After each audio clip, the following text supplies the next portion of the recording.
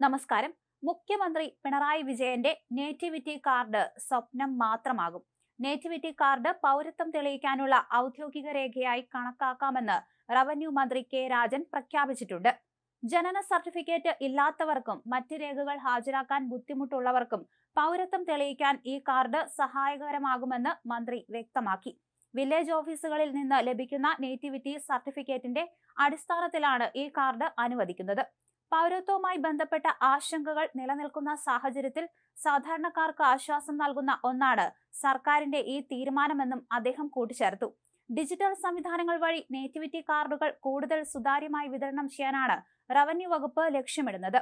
ഇതോടെ പൗരത്വം തെളിയിക്കുന്നതിനുള്ള നൂലാമാലകൾക്ക് ഒരു പരിധിവരെ പരിഹാരമാകുമെന്നാണ് സർക്കാർ പ്രതീക്ഷിക്കുന്നതെന്നും മന്ത്രി പറഞ്ഞു. ഇതിനൊപ്പമുള്ള ഒരു വാചകമാണ് നേറ്റിവിറ്റി കാർഡിനെ സ്വപ്നമാക്കി മാറ്റുന്നത്. നേറ്റിവിറ്റി കാർഡിനായി നിയമനിർമ്മാണം നടത്തുമെന്നാണ് പ്രഖ്യാപനം. അത്തരത്തിലൊരു നിയമനിർമ്മാണം അംഗീകരിക്കണമെങ്കിൽ ഗവർണറുടെ ഒപ്പ് വേണം. ലോക്ഭവനിലേക്ക് ഈ ബിൽ അയച്ചാൽ ഗവർണർ ഒപ്പിടാൻ സാധ്യതയില്ല. കേന്ദ്ര നിയമപ്രശ്നമുള്ളതുകൊണ്ട് രാഷ്ട്രപതിക്ക് റഫർ ചെയ്യുകയും ചെയ്യും. അങ്ങനെ ആ സ്വപ്നം രാഷ്ട്രപതി ഭവനിൽ ഒതുങ്ങും. പൗരത്വ നിയമവുമായി ബന്ധപ്പെട്ട ആശങ്കകൾക്ക് പരിഹാരമെന്ന നിലയിൽ സംസ്ഥാന സർക്കാർ ഈ കാർഡിനെ ഉയർത്തി കാണിക്കുമ്പോൾ വരാനിരിക്കുന്നത് വലിയ നിയമക്കുരുക്കുകളാണ്. ഈ പ്രഖ്യാപനത്തിന് പിന്നിലെ പ്രായോഗികതയും നിയമപരമായ സാധുതയും പരിശോധിച്ചാൽ ഇത് വെറുമൊരു പ്രഹസനമാകാനാണ് സാധ്യതയെന്നാണ് വിലയിരുത്തൽ. ഇതിനൊപ്പമാണ് നിയമനിർമ്മാണം എന്ന പ്രഖ്യാപനവും. നിലവിൽ രാജ്യത്ത് പൗരത്വം തെളിയിക്കുന്നതിനുള്ള അധികാരം കേന്ദ്ര സർക്കാരിൽ നിക്ഷിപ്തമാണ്. പൗരത്വ നിയമപ്രകാരം ദേശീയ പൗര രജിസ്റ്ററും ദേശീയ തിരിച്ചറിയൽ കാർഡും നടപ്പിലാക്കാൻ വ്യവസ്ഥയുണ്ട്. കേന്ദ്രത്തിന്റെ ഈ അധികാര പരിധിയിലേക്ക് കടന്നുകയറി കേരളം നൽകുന്ന ഒരു കാർഡ് പൗരത്വത്തിന്റെ തെളിവായി എവിടെയെങ്കിലും അംഗീകരിക്കപ്പെടുമോ എന്ന ചോദ്യമാണ് പ്രസക്തം. അതിനിടെ വിഘടനവാദമെന്ന് ഇതിന് പിന്നിലെന്ന് BJP പറയുന്നു. BJP സംസ്ഥാന അധ്യക്ഷൻ രാജീവ് ചന്ദ്രശേഖർ തന്നെ വിമർശനമായി എത്തിയിട്ടുണ്ട്. നേറ്റിവിറ്റി കാർഡിൽ സാധ്യതാ പഠന ടെൻഡർ കേരളം വിളിക്കുമോ എന്നതാണ് ഉയരുന്ന ചോദ്യം.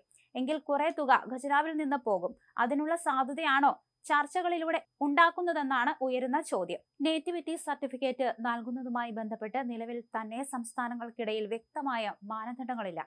കേരളത്തിലെ ലാൻഡ് റവന്യൂ മാനുവൽ പ്രകാരം ജനന സർട്ടിഫിക്കറ്റ് ഇല്ലാത്തവർക്ക് മാത്രമാണ് സാധാരണഗതിയിൽ നേറ്റിവിറ്റി സർട്ടിഫിക്കറ്റ് നൽകുന്നത്. ഒരാൾ കേരളത്തിൽ ജനിച്ചതുകൊണ്ട് മാത്രം അയാൾ ഇന്ത്യൻ പൗരനാകണമെന്നില്ല. പൗരത്വത്തിന് കേന്ദ്രം നിശ്ചയിച്ചിട്ടുള്ള കർശനമായ നിബന്ധനകൾ പാലിക്കാതെ സംസ്ഥാനം നൽകുന്ന കാർഡുകൾ കേന്ദ്ര ഏജൻസികളോ കോടതികളോ അംഗീകരിക്കില്ല. നേറ്റിവിറ്റി സംബന്ധിച്ച തർക്കങ്ങൾ പലപ്പോഴും കോടതികളിൽ എത്താറുണ്ട്. തെലങ്കാനയിൽ പഠന കാലയളവ് അടിസ്ഥാനമാക്കി ലോക്കൽ പദവി നിശ്ചയിച്ചതിനെ സുപ്രീം കോടതി ശരിവച്ചപ്പോൾ തമിഴ്നാട്ടിൽ ജനിച്ചവർ പഠിച്ചത് കേരളത്തിലാണെങ്കിൽ നേറ്റിവിറ്റി എവിടെ നിന്ന് നൽകണമെന്ന കാര്യത്തിൽ ഹൈക്കോടതികൾക്കും ഭിന്നാഭിപ്രായമാണുള്ളത്. ഇത്തരം സങ്കീർണമായ നിയമ സാഹചര്യങ്ങൾ നിലനിൽക്കെ നേറ്റിവിറ്റി കാർഡ് നൽകുന്നതിലൂടെ പൗരത്വ പ്രശ്നത്തിന് പരിഹാരമാകുമെന്ന് സർക്കാർ അവകാശപ്പെടുന്നത് ജനങ്ങളെ നിയമക്കുരുക്കിലേക്ക് തള്ളിവിടാൻ ഉപകരിക്കും. പൗരത്വ നിയമത്തിനെതിരെയുള്ള വൈകാരികതയെ ചൂഷണം ചെയ്യാനുള്ള ഒരു രാഷ്ട്രീയ തട്ടിപ്പായി മാത്രമേ ഈ പ്രഖ്യാപനത്തെ കാണാൻ കഴിയൂ എന്നാണ് രാഷ്ട്രീയ നിരീക്ഷകരുടെ പക്ഷം.